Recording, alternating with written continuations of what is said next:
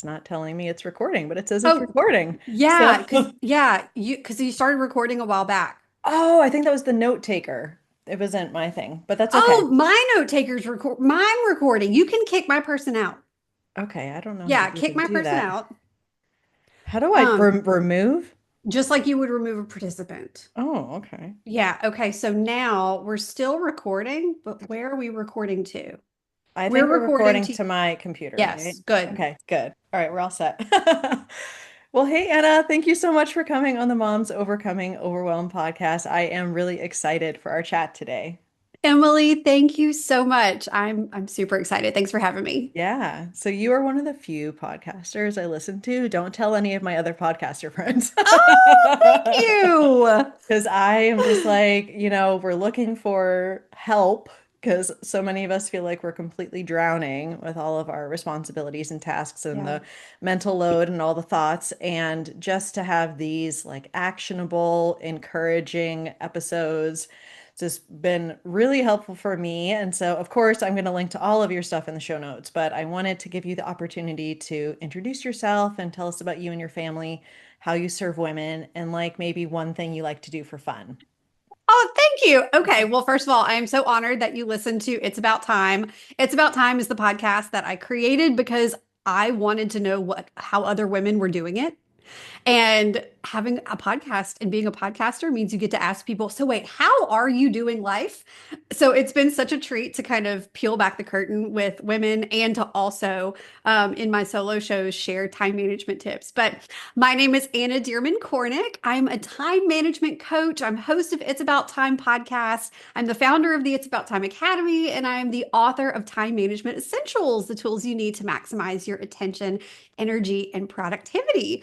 I have two little girls, Camilla and Elizabeth. Yesterday was actually their last day of school. So, their last day of kindergarten and their last day of pre K 3. So, they are 4 and 6, and they are just so sweet. And, as we're recording this, we are coming off of end of year parties and ballet recitals and all of that fun stuff. And they're at such a fun age right now. But my girls and my husband Scott and I, we live in South Louisiana. We live really close to New Orleans, across Lake Pontchartrain, across the largest bridge over water in the world, or something like that, in what's called Louisiana's North Shore. And it's really cool because we have such a small town feel, but we have access to the city whenever we need it. And we just love taking advantage of all the fun Louisiana things, like going to Mardi Gras as a family in the spring, and crawfish boils and festivals and football in the fall and all that good stuff. And then, gosh, in terms of things that I like to do for fun, what even comes to my mind first? Like, I love yoga.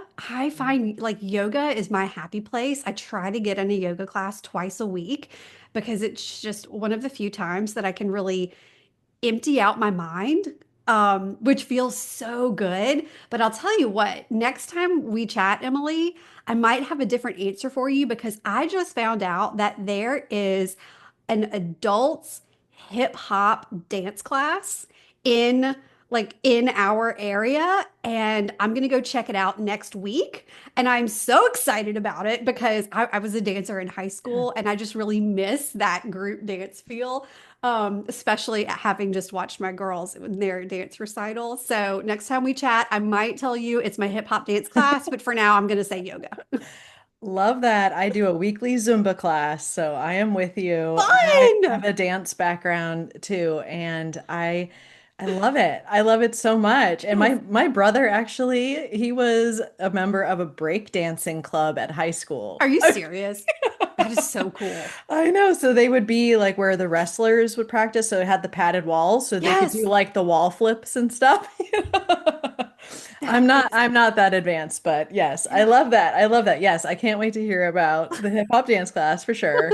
Yeah. Oh my gosh. Well, I'm very excited to dive in because your book, Time Management Essentials, again, very actionable and very understanding of our reality as overwhelmed moms. Yeah. We were talking about how like most time management books are written by men who probably don't have the same in terms of responsibilities and mental load that we do. It's true. Um, Statistically, it's true. More than 90% of time management books are written by men, and it's higher than 90%, but I can't remember exactly which 90 it is. So we'll just say more than 90% are written by men. And on top of that, statistically, we know that women carry a higher percentage of invisible tasks and yeah. responsibilities as compared to men. So that means that the vast majority of time management material out there is not written for women. Yeah. And I'm so glad that your voice is there because and I'm sure most people that you interact with are like, Anna, you got to share your favorite hack and your favorite tool. And like, I know if I just get the right planner, it's going to be fine. And I'm totally going to be okay now. And I'm not going to be overwhelmed and I'm going to get my life together. And I'm not even a time management coach. And I'll be like, I hate to break it to you, Right. but it's not the planner. And also, you're not a failure at life if you have blank planners Yeah. because, that's totally normal. So I love how you start the book about how our purpose, which has come it's our vision and our values that make up our purpose. That's like where our starting point is before you Mhm. get any sort of app or before you get whatever planner. And we have to start discerning what that is because that is really like the most important thing. So can you tell us a little bit about like why that's so important and how we actually start that process? Oh my gosh, absolutely. Emily, it's so funny because as you were talking about, like, what's that one productivity hack? Like, my face was so scrunched up. Y'all can't hear it if you just have your AirPods on, but like my face was like, what? Because it's so true. And the thing is that the most common mistake that we make when we decide, I've got to figure this time management thing out. I've got to get my life in order. I need a reset. The first thing that we tend to do is go buy a new planner. Or we start Googling productivity hacks. Or maybe you even searched time management in Apple Podcasts and you came across my podcast, in which case, that's awesome. I love that. But we tend to look for a quick fix. We tend to look for a quick fix. But the truth is that good time management does not start on the pages of our planners. It doesn't start in a color coded Google Calendar. It doesn't even start with decluttering or um, a productivity hack. It starts by getting crystal clear about what matters most to you. And that's the step that so many of us want to skip. And I know that because I used to skip that step because I used to buy a planner, and not all planners have this, but many of them do. There's a section in the front of the planner that has kind of like coaching exercises, and it's asking you to talk about your priorities and your what do you want out of life in the next year. And I'm just like, this is dumb. I'm not doing that. And so I would always, year after year, skip those vision casting pages because I just wanted to get to the doing. I just wanted to write down the dates, enter in my to-dos, and just make life happen. And then I would wonder why I felt so all over the place and restless. And the word that definitely comes to mind for how I felt 15 years ago was floundering. I felt like I was floundering. And I realized that I've always been a very goal-driven person. Ever since I was very young, I've always had something that I was working toward, whether I was working toward um, maybe some specific award in middle school or some competition in high school. I've always been very goal-driven. And I realized in my early 20s that for the first time, I wasn't working toward anything. And I was just kind of existing. And I was going to my day job and I was going home, and it just felt really kind of empty because I wasn't moving toward anything. What I didn't realize at the time is that what I lacked was a vision for my life. What I lacked was clarity on what my values were. Um, And that's what has made all the difference is really forcing myself, realizing, oh, wait, that's what I'm missing. Maybe let me, maybe let me create that vision. What is it? What do I actually want? Who am I? What are the things that actually matter most to me as opposed to what I think should matter to me or what other people tell me should matter to me. And that was, I mean, the word journey is so cheesy and overused sometimes, but it was a journey. It was a starting point from floundering to getting clearer and clearer and clearer about what it was that I wanted. And I think we all feel like that sometimes. That that floundering feeling because we don't have clarity about that vision and what our values are. And we don't have a compass or a north star to guide our way. You're reminding me when you're saying floundering, it's reminding me of Finding Dory. It was like, just keep swimming, just keep Yeah. swimming. But then it's like, where are you swimming? Where you Like, where are going? you going? You know, you can be a very like goal-driven person and be very like achievement-based and high achieving. But then if you don't have the vision and you don't have the direction, What's then it all you are for? like literally floundering, just going 100 miles an hour in a direction that you don't Right. really understand. So Yeah. I that's mean, incredibly helpful. Emily, that's why so often we feel like we're busy all day long. Like I was doing stuff all day long, but I didn't like, what did I do? Yeah. I feel like and now it's a little bit better, but especially in those early days of motherhood where, my husband would come home and I was a stay-at-home mom until I started kind of my own business, but he'd be like, "So how was your day?" And I, being the type A achiever, I wanted to be able to like list all of the things that were like keeping me busy, you know? Yeah. Really, he was just like, "How are you?" How are And you? I was just like, "Oh, and we went to the library and I went to the grocery store and then we did this and then I did that." And then it was like I was busy, but then sometimes I couldn't even remember what all we did, and there really wasn't that intentionality.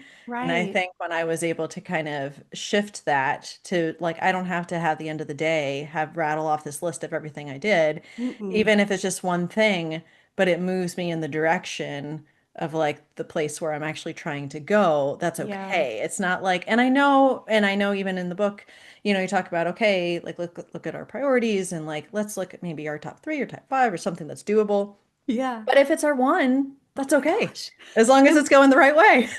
What, Emily, I love that you mentioned that because I was a top three. Like, what's my top three for the day? But then once I had Camilla, my 6-year-old, I started, well, I tried to keep up my top three. I tried to keep up my miracle morning routine that I had been running.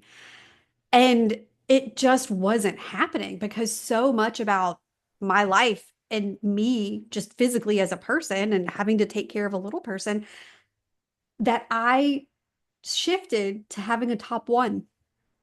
I did. Like when she was a newborn, when she was a baby, when I was home with her, I had a top one. Like, what is my top one for the day? And if I can just do that one thing, then I'm going to feel accomplished. Yeah, my top one in that season was keep kids alive. Yeah. Every day, same top Yes. one. Keep Oh, kids yes. alive. Did it. Did Check. it, check. Let's set the bar like extremely low. Yeah. Take a shower. Take a shower. That's a great, if that is your top one for the day, we hear you. Because it is, I Yes. mean, and I know you know this because you wrote a book that is from a perspective of a woman for women. There's different seasons. Like the Oh, seasonality of our yeah. life is so important. So some seasons you may just have a top one, and then you might Right. be able to expand to a top three or five, and that's okay. Yeah. The other thing that I love, like as far as, time blocking is concerned, and people, if they have any sort of time management knowledge, like they've heard of it probably, but I love in the book, you don't just kind of like explain what it is, but you explain some of the things that it helps to prevent or to help kind of put guardrails around. And Mm. I am a serial procrastinator.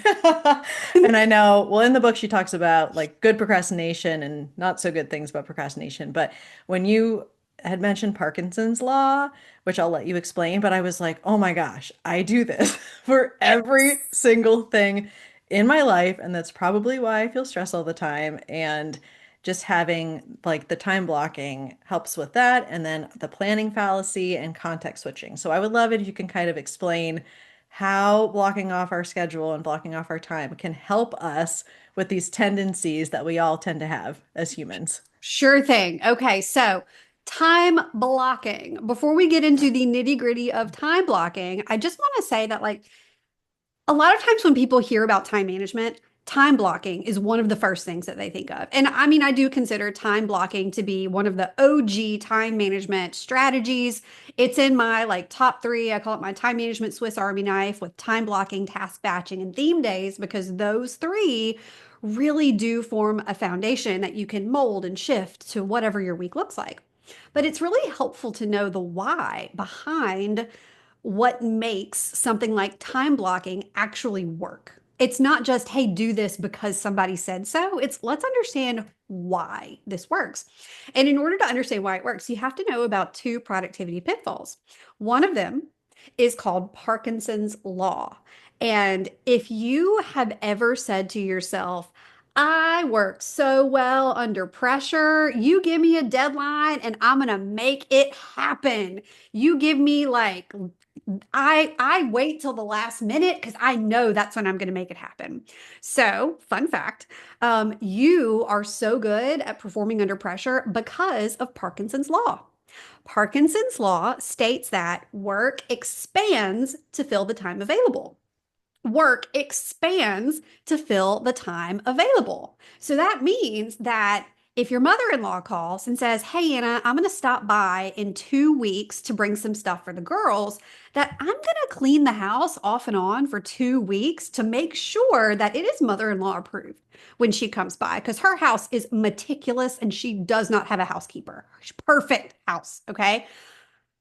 And it's going to take me 2 weeks to get it there.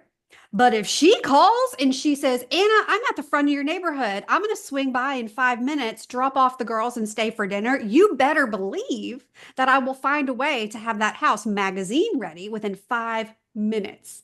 Okay. And we all experience this. It could have, the same exact thing could have taken me 2 weeks that I just knocked out in about 5 minutes. Because when you have a limited amount of time to get something done, you know what happens? You are forced to make decisions. You are forced to make decisions about what you do, what you won't do, what stays, what goes, and what is worth spending your time on.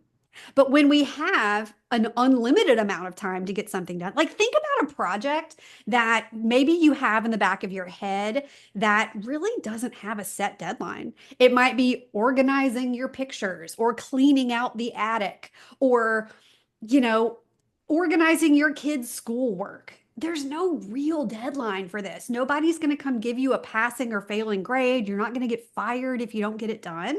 And so what happens? We piddle with it one day. We tell ourselves we'll get to it later. And the work just expands and it just becomes this mammoth thing because there is always something else that we can do to work on this because there's no endpoint.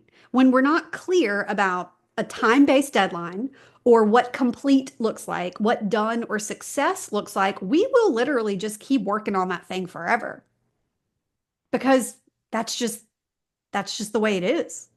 That's and if you have any projects that have been on your list just sitting there unfinished, that's why you've got Parkinson's law to blame because there's no clear deadline. And so the second productivity pitfall, you're going to love this one. This is going to become your favorite thing, and you're going to tell like three people about it today. It's called the planning fallacy. And the planning fallacy tells us that we consistently underestimate how much time a task will take us. Mhm. Let me say that again. We consistently underestimate how long we think something is going to take.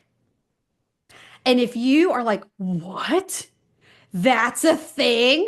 That I do that. Congratulations, you're not alone. And I hope you feel some serious relief knowing that that feeling that you have when you always think something's going to take you 30 minutes, but it actually takes you 2 hours, that you're not the worst person in the world at estimating. Because I thought I was. I really did. I was like, I am the worst person in the whole entire world at estimating how long things take. Nope, it's everybody. Yay. It's everyone. And so the cool thing is that time blocking enables you to combat both Parkinson's law and the planning fallacy. Because a time block is creating a block or an appointment on your calendar that has a clear start time and an end time, and it represents a task on your to-do list. It is like setting a meeting with yourself to do a specific thing. For example, there was a time block on my calendar from 10:45 until 11 that said set up podcast equipment because that was my appointment with myself to get the podcast equipment set up for our conversation. And it's amazing because when you have a start and an end time, you're able to beat Parkinson's law because there's a set end time. Okay. And you're able to beat the planning fallacy because if you're like, I think it's going to take me 30 minutes, but I know the planning fallacy exists, so let me give myself an extra 30. You're able to then beat both Parkinson's law and the planning fallacy in one fell swoop. Boom, time blocking for the win. I actually had experiences with both of those things. We were talking about my massive photo project that I put off, just looked at the box for months and months and months. And then my mom was like, I feel like I want my photos back. I'm like, okay. So we're traveling this weekend. And so that is my deadline. And but yet I had expanded the work until that, but I had to put a deadline in place. And then also, my son, he's doing this Greek agora where they have to like sell things they made in the Greek marketplace. So he made these cardboard shields. Okay. And I'm not crafty. I have zero crafty genes. And I was kind of stressing out about being able to support him. So again, planning fallacy. I was like, okay, if I actually do a little bit, but for the entire week, instead of thinking I can do all of this in one fell swoop, I'm going to Mm-hmm. put aside time for the entire week to do that. And now it's almost done and I feel great and not stressed about it. But again, I had to know that and then to be able to use that knowledge to block the time every day for the paint to dry, for the second coat Yes. of paint to dry, like all of these things. So it just helps alleviate stress. And then it's, I think, a great way of kind of like self-awareness and Mhm. self-knowledge about yourself and to know that this doesn't mean I'm broken. It doesn't mean like there's something wrong with me. It's just some of those normal cognitive biases that we have as humans that we just Yes. have to understand and work with. And then time blocking is like a tool for us to be able to better understand how we can accomplish things without stressing out. 100%. 100%. It's just a tool to help us with the way we are. And you know what? Just because you time block one thing on your calendar doesn't mean that you have to time block your whole life. Yeah. This doesn't have to be an all or nothing situation. Time block the things that you need specific guardrails around, and then let the rest be loosey goosey if you need to. It really just depends on your personality. There are some personalities that love to have that more rigid itinerary, and then there are others that the thought of time blocking makes them feel kind of itchy. So just time block one or two things that are really important and see how it feels. Yeah, and I know that you mentioned in the book, I mean, and I kind of knew this, but as far as like context switching, and isn't it like once you're doing something and then you do switch to something else, is it 23 minutes? Did I have that right? Yeah, I think right. As it's far as funny. like getting, I mean, I just looked at the notes yesterday from the book, Yeah. but it's a long time where we're thinking like, oh, I'm like so good at multitasking and I can totally do this. And if you're able to just say like, okay, I am focusing on this for like a certain amount of time because if I try to context switch and move to something else, it's going to take a really long time for my attention and there's the attentional residue or whatever to like Yes. change back. So can you briefly kind of mention that and kind of like why time blocking helps with that as well? Yes. Okay. So, one thing that's really helpful to know, first of all, is that if you are a knowledge worker, okay? So there was this study that was based on knowledge workers in America, and a knowledge worker is anybody who works behind a laptop, you know. And so that's most of us. That's most of us. And honestly, I think this probably applies to people who even aren't knowledge workers just because we all carry computers in our phone in our pockets now in the form of our phones. But there was a study that said that American knowledge workers are interrupted by some type of digital notification every 43 seconds. Okay, let's think about that. Every 43 seconds, we get hit with some kind of a distraction, like an email or a text message or a Slack message or a notification from an app, a phone call, a buzz, a ding, a ping. We every 43 seconds on average, there is some type of notification coming our way. Okay, so let's just let that sink in for a second. We can't even go a full minute. without some type of external distraction. And that doesn't even count the distractions that we cause ourselves with our own thoughts in our head that send us off in a million different directions chasing squirrels and shiny things. Or the people who come into our spaces and start either asking us for snacks or asking us where that report is, like it's constant. Um, Add to that every time we switch our attention from one thing to the next, so whether that's going from an email, writing an email, stopping and looking at a text on your phone, or you're working on a spreadsheet and then you answer a question from your kiddo who just walked into the office. Every single time we switch from one thing to the next, it takes this is where it's either 23 or 27 minutes. I should have looked at it beforehand, but it's somewhere between 23 and 27 minutes to regain, to completely shift your focus from one thing to the next. Okay, so think about that. 20, we'll say 27. 27 minutes to fully give your focus to something. And we are just hit with a distraction every 43 seconds. It is honestly a wonder that we're able to get anything done because we are constantly navigating distractions of all types and just the way that our brains work. We are not able to focus in on anything that quickly.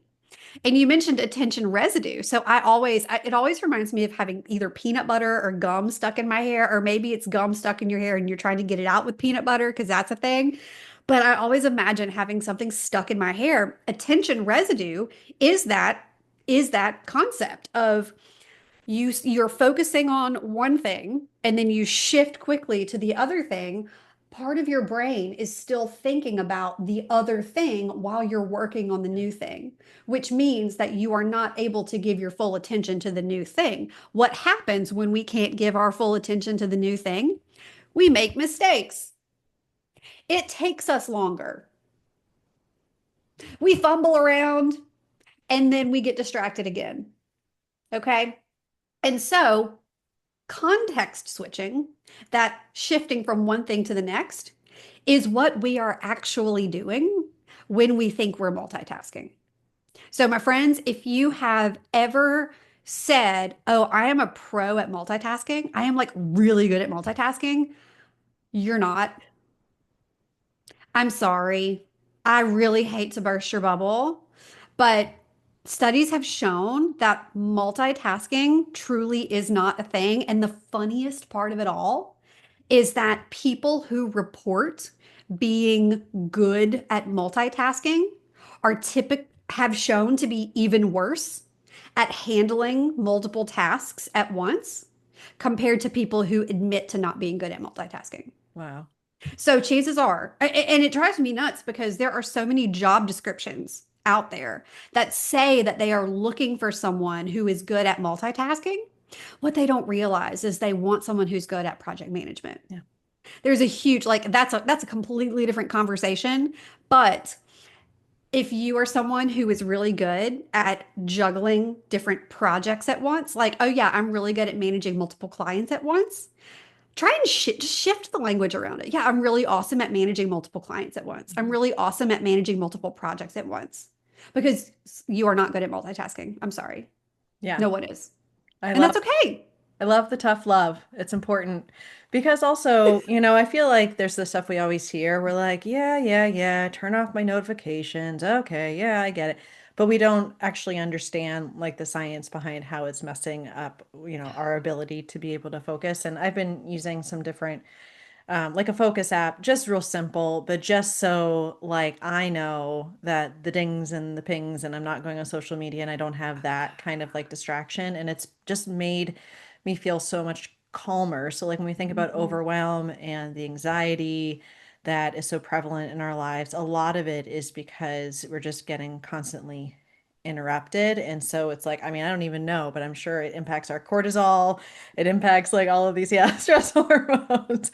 And so it's just a way, it's not because it's like I don't know. It's kind of the advice that everyone gives you, but it's actually really good advice. So please do Yeah. it. Yeah. Well, I'll tell you what, Emily, I have always been that kid who wants to know why. Like, don't just tell me to do something if you're not going to tell me why I should do it. I'm sure my teachers and my parents loved this about me growing up.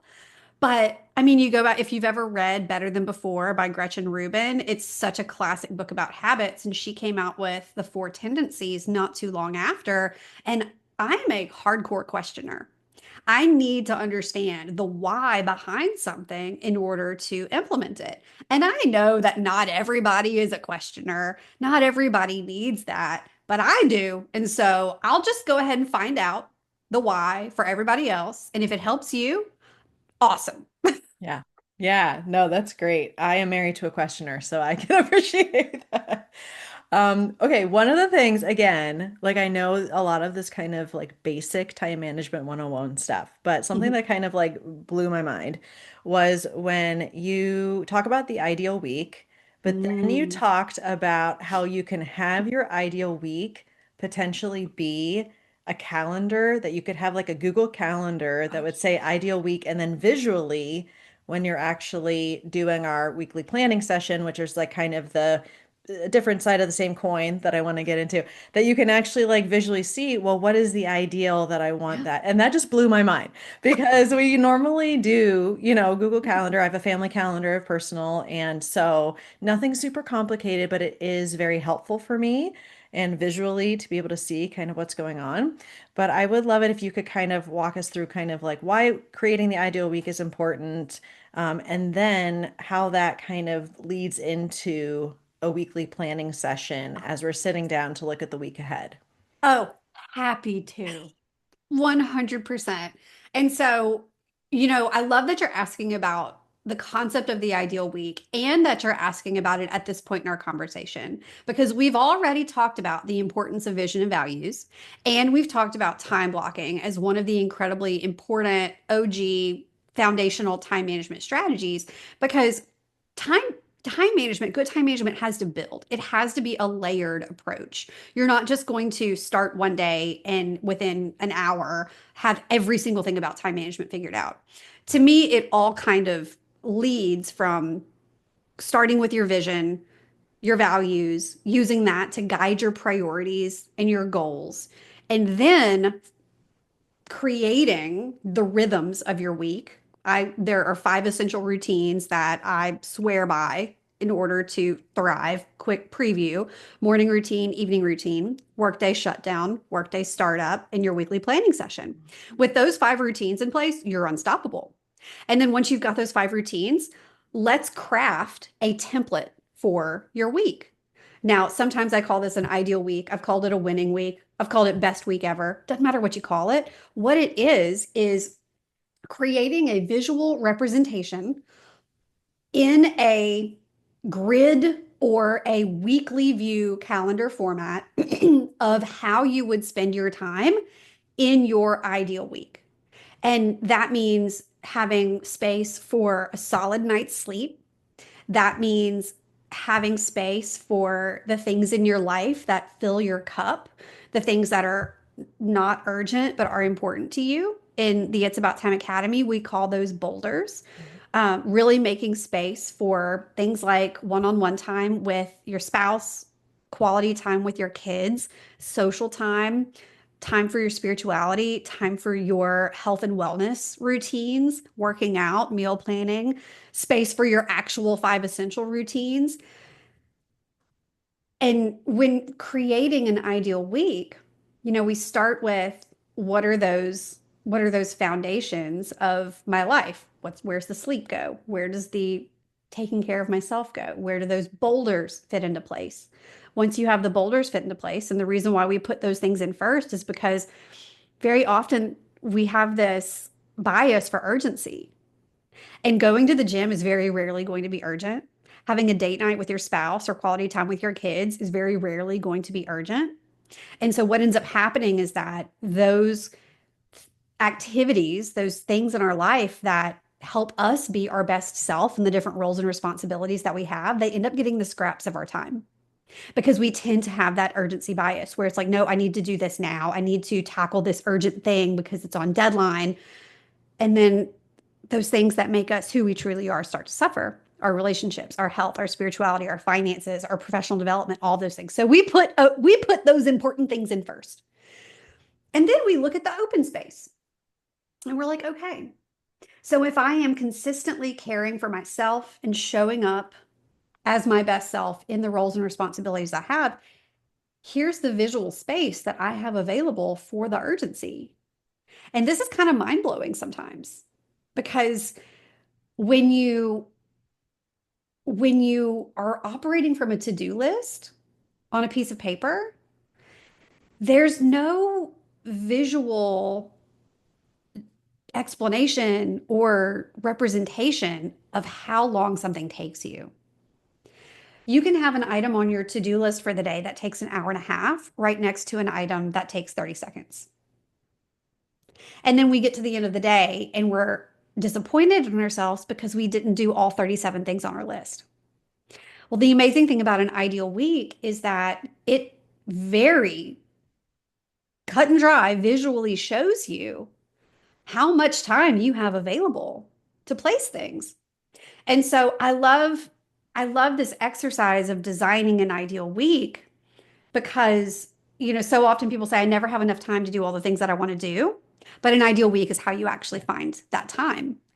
And you're confronted with the reality of us having a finite amount of time each day. And this is another reason why I love to focus on an ideal week versus a perfect day. Because a lot of times early in time management, when we're trying to get it together, we think, okay, what would my perfect day look like? But even the most perfect day is not going to have enough space in it for all of the things that make us who we are. I mean, can you imagine my perfect day? I would do yoga and I would do a strength workout and I would go for a 20-minute walk and I would have a date night with my husband and I would have coffee with my friends and I would have one-on-one time with my kids and I would go to church and it's like, no, that's not, we can't do everything in one day, but we can certainly spread things out across a Yeah. week.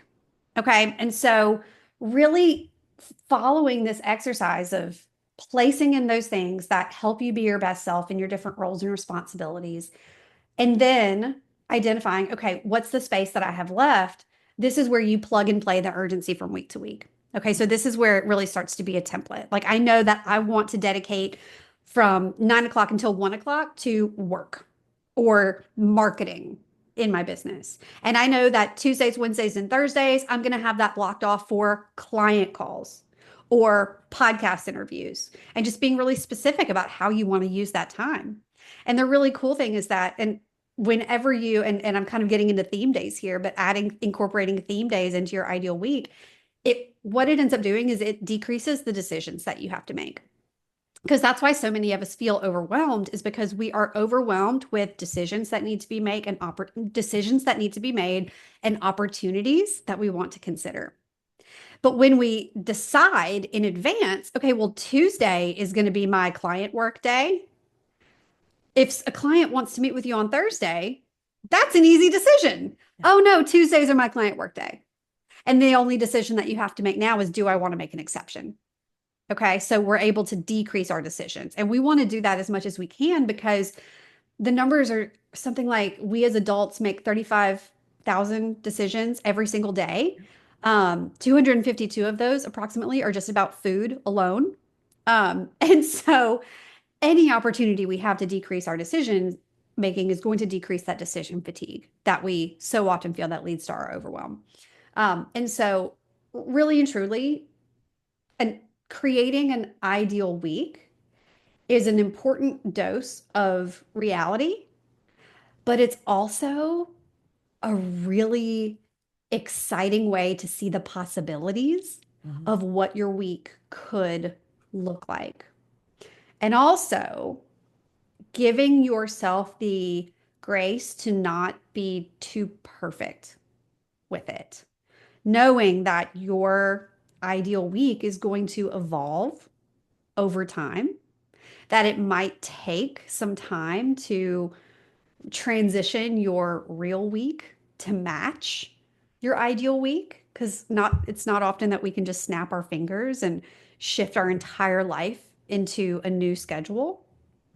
But having it and making those decisions, it gives you so much clarity. Yeah, like we talk about decision fatigue all the time on this show because having less stuff means there's less choices, which means less decision fatigue. And so when you said 35,000, I'm like, yes, I know that number. And then when you Yeah. said the food one, I'm like, I didn't know that number, but I'm going to start remembering that. Oh Yeah. my gosh, I love that. And I totally agree. Sometimes I will even say like my realistic ideal week, meaning like when you're talking, we talked about the planning fallacy, Yeah. right? So we don't want to come up with our ideal week and then have it be like not realistic to the amount of time that would Yeah. actually make sense. So it's Right. not like my ideal week is that I'm laying on a beach in Mexico. No, we're talking No. about like your actual real life. Yeah. But the ideal, like you said, starting with those priorities and the boulders and everything, and then being like, okay, well, realistically, this is how much time it takes me to get ready in the morning if I'm doing my normal routine. It's not like you're Hmm. having like a spa day every day or Right. something. Yeah. So I find it incredibly helpful. And I want to kind of like close out with the weekly planning session but from the perspective of we are in an overwhelmed kind of like crazy season, let's just say. And so the thought of like, and I'm just playing kind of like the devil's advocate, like, okay, Anna, this all sounds wonderful. But I don't even feel like I can just like sit down and just plan out my week because things are so like bonkers and crazy right now. So what would you recommend kind of as sort of that baseline? This is a really intense season, but you want to do some sort of iteration of a weekly planning session, but you Yeah. just can't wrap your mind around doing this. Like, I'm going to sit down for an hour on a Sunday and figure this out. So, like, can you give us some realism here about Yeah. what a weekly planning session could look like in that kind Oh of my gosh. season? 1,000%. And let me tell you this, the idea of having to sit down for an hour and do anything is enough to make us want to just not. Like, that doesn't sound fun at all.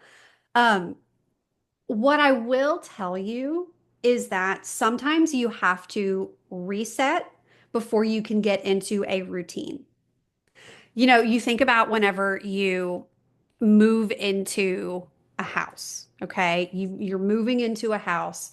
You want to have the house deep cleaned before you move in or shortly after you move in, right? Because you can't move into a brand new house and instantly start like weekly cleaning routines because there's going to be a reset needed at the very beginning to almost start with a clean slate. Okay. So that's kind of the way I think about it.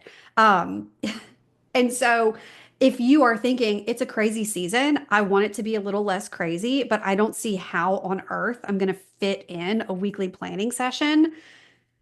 What I would love to tell you is to first like start small and think about last week.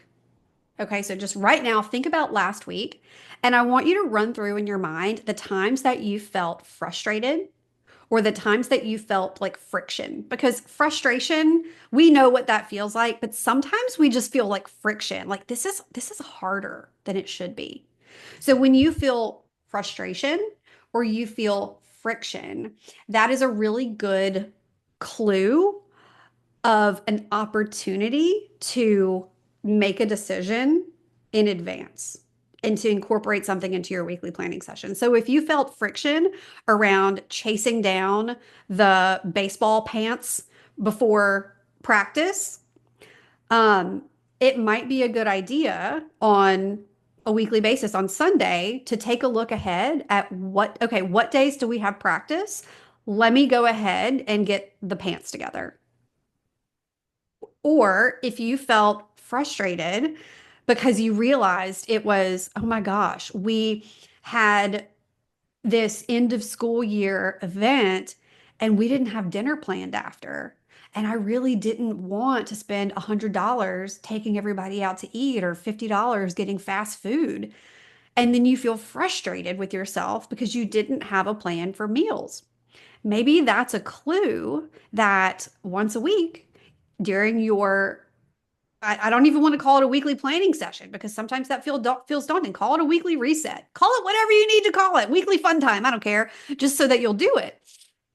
But maybe that is a clue that on Sunday, you can look ahead to the week and be like, okay, we've got this after school event that's going to have us out of the house till like 6. So let me throw something in the crock pot on Wednesday morning.